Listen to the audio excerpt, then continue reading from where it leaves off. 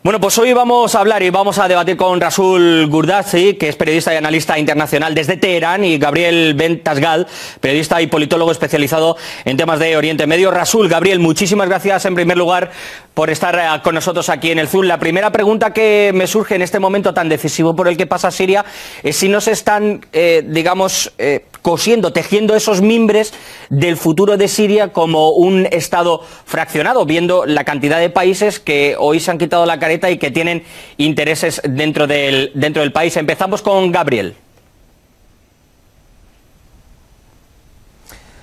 Mira, hay que analizar cuál es el objetivo de cada uno. El actor central a nivel internacional en todo este conflicto es Rusia, que lo que está interesada en que se quede Assad en el poder.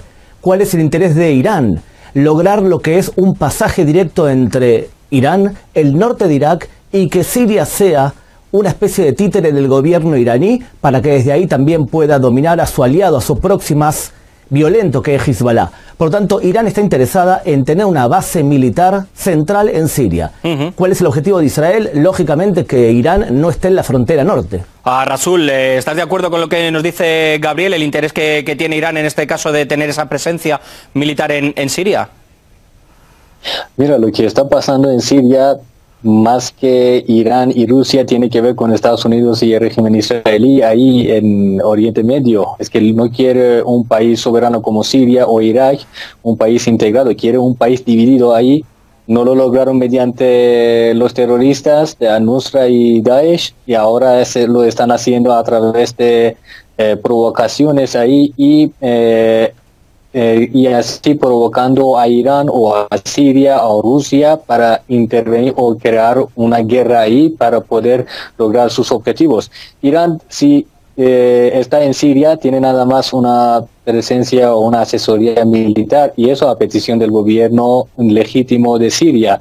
Y también yo pregunto a la colega que está ahí, que yo le pregunto, mira, ¿qué tiene que ver con Estados Unidos que está ahí y ahora, después de que ya acabamos con Daesh, ya quiere una presencia militar en el norte de Siria?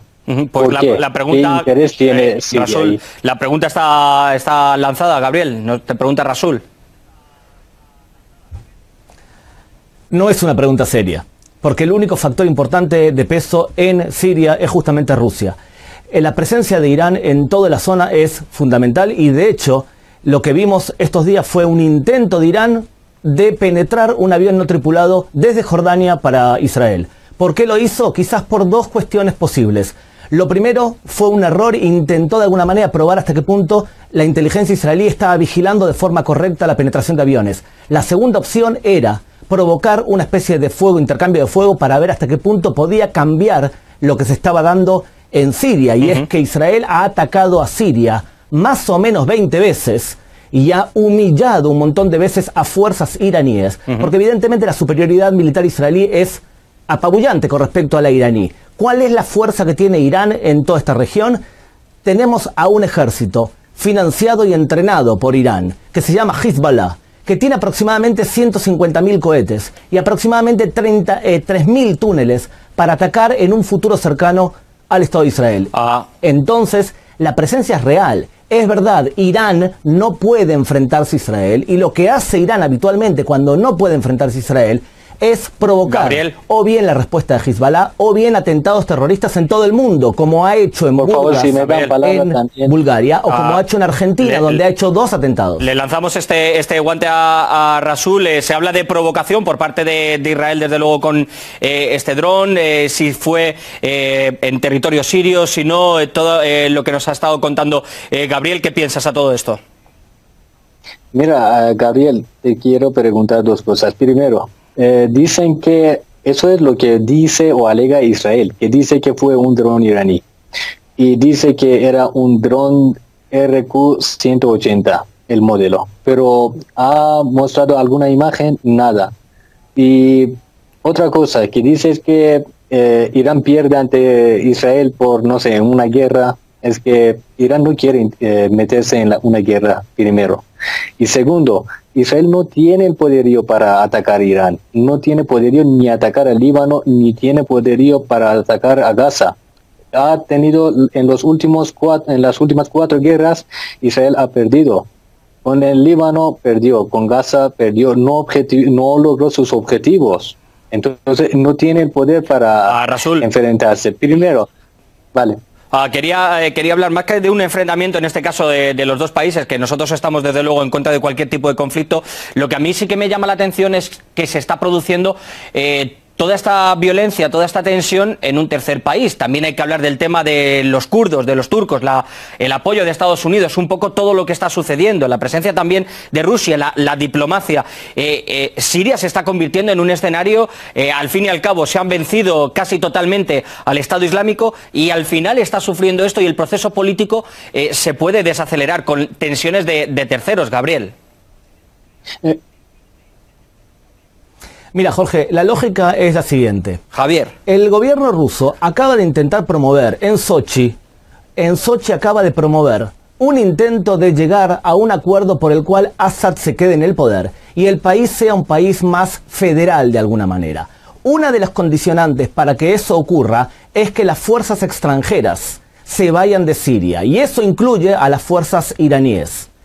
El hecho también que a las de Israel Estados haya Unidos atacado un aeropuerto donde hay bases donde hay una base militar especialmente iraní, indica también que Israel tiene que tener una coordinación con Rusia para poder atacar a los iraníes sin que muera ningún soldado ruso, porque Israel no quiere que pase lo mismo que ha pasado con otros que han derribado aviones. O sea, la coordinación, no en vano Israel ha estado, el primer ministro de Israel ha estado aproximadamente 10 veces con el presidente Putin para coordinar y que no haya accidentes. La pregunta del millón aquí es la siguiente: ¿Rusia se va a jugar la posibilidad de la estabilidad en Siria para defender a un aliado momentáneo como es Irán, que es un aliado peligroso en todo sentido, en este caso, y que también puede su terrorismo vertirse en contra de Rusia misma? Gabriel, en este caso habría que analizar yo cómo creo Rusia que está optando, desde mi punto de vista, si puedes, un segundito, desde mi punto de vista, en este caso,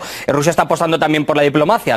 Astana lo tenemos dentro de unos días, el tema de Sochi, y en este caso, los lazos que pueda tener con Irán, bueno, pueden tener todo que ver, pero hay que plasmarse en Siria. Rasul, decía Gabriel, la presencia de militares, yo le hacía una pregunta: ¿se puede marchar o no también Estados Unidos? Porque ahora parece que hay que justificar también con algunos peligros la presencia de todas estas fuerzas en Siria, que yo creo que debería seguir su propio camino.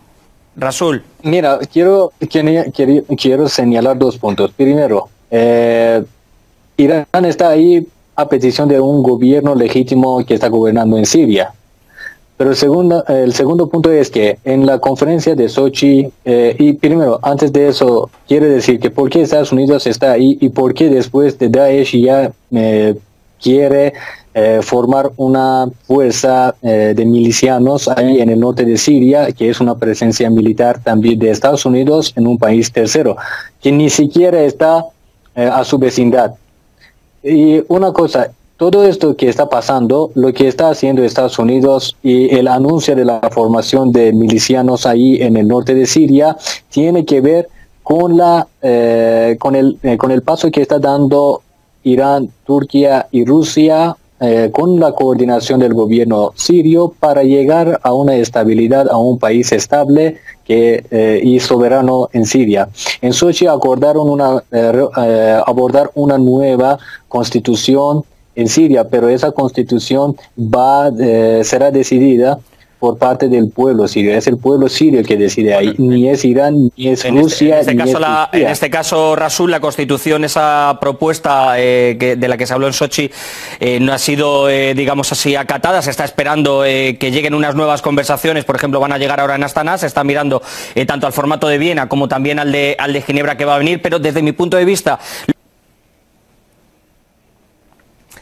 Mira, yo no creo que ningún Estado, y menos un Estado democrático como el Estado de Israel, tiene que decirle a Siria lo que tiene que hacer. Políticamente y estratégicamente, la presencia y el gobierno de Assad en Siria no es problema para Israel. Assad se puede quedar, más aún. Assad teme a la Fuerza Aérea israelí y En los 20 últimos ataques que ha habido sobre suelo sirio, Assad no ha atacado y no ha contrarrestado, porque realmente entiende perfectamente quién es el fuerte en el Medio Oriente. Gabriel, entonces, en este caso el derribo de ese F-16 del que Siria exculpa totalmente a Irán y que se responsabiliza, entonces ¿cómo lo denominarías? Mira, uno de los temas posibles es que para poder hacer un ataque perfecto y no dañar a las fuerzas rusas, tienes que acercarte al objetivo más de lo normal, para que no haya errores. Puede ser que eso ha sido uno de los factores que un sistema inferior militar como el disparado por, en este caso Siria e Irán, entonces haya golpeado un avión israelí. Yo me permito hacer esta aclaración. El presidente Shimon Peres hace unos años, el difunto presidente, le dijo, refiriéndose a Irán, aquel país que desde hace años amenaza con destruir a Israel, tiene que saber que también puede ser destruido. Claramente lo voy a decir, no es competencia para el Estado de Israel un tigre de papel como es Irán. Irán es una amenaza para los países sunitas como Arabia Saudita y como los países de Golfo, no para Israel. Por lo tanto, Israel también si me dan palabra, por favor. Gabriel, Rasul. Y Arabia Saudita lo va a aplaudir incluso. Un segundo. Rasul, por favor, por alusiones. Mira, por favor. Sí, mira, dices que Israel tiene fuerza militar muy avanzada. Eso es una mentira. ¿Por qué? Los drones de Hezbollah, de un grupo, puede sobrevolar 2 o 3 veces o puede cruzar el sistema antiaéreo y el sistema defensivo de Israel. Varias oportunidades lo ha hecho. Es la primera vez que ha derribado en 30 años un F-16 israelí. Rasul, querido, mira, si fuese Hezbollah, por favor, déjame terminar. Un segundo. Y después dices que Irán apoya a los terroristas. Y yo te pregunto, ¿quién visitó en un hospital, que hay fotos también en Google si buscas? Tú conoces a Benjamin Netanyahu, entonces búscalo en Google. Ahí vas a ver la foto de Benjamin Netanyahu visitando un hospital donde están recibiendo tratamientos médicos los terroristas que estaban decapitando a la gente en Irak y en Siria. Todas estas fotos existen en Google, en Internet, puedes buscar. También está en YouTube. Entonces no puedes decir que Irán está apoyando al terrorismo. El mismo Irán es víctima de terrorismo. Gabriel. Querido Jorge, si Hezbollah fuese una fuerza fuerte, no estaría Nasrallah escondido como un ratón hace 10 años abajo de la tierra. Y además, es verdad, ¿cómo le explica una persona que vive en Irán que apedrean y que matan a sus mujeres, que el Estado de Israel cuida y protege y sana a cualquier persona, sea de Assad o sea de ISIS? No hay que mezclar las cosas, ¿vale? Estamos hablando de esto. Si no puede responder a las preguntas que tienen que ver con el programa, entonces... Rasul, los 30 últimos segundos. Sobre la pregunta de lo que hizo Javier, quiero decir que el futuro de Siria debe ser determinado por parte de su pueblo. Y eso mediante unas elecciones libres que esté garantizado por las Naciones Unidas y observadores internacionales. Y eso, ahora los países terceros como Rusia, Irán y Turquía, que son garantes de los diálogos de paz entre la oposición, la verdadera oposición, y el gobierno, tenemos que terminar. El tiempo se nos está agotando. Gabriel, Rasul, que el Zoom haya juntado estas dos partes tan opuestas, para mí desde luego es un motivo de orgullo. Espero continuar con este debate porque para nosotros es muy valioso vuestro testimonio y desde luego que se puede dar un diálogo pese a las opiniones distintas. Muchas gracias por haber estado con nosotros y esperemos que llegue la paz en todos los países de toda esa zona tan conflictiva. Muchísimas gracias y un abrazo a los dos.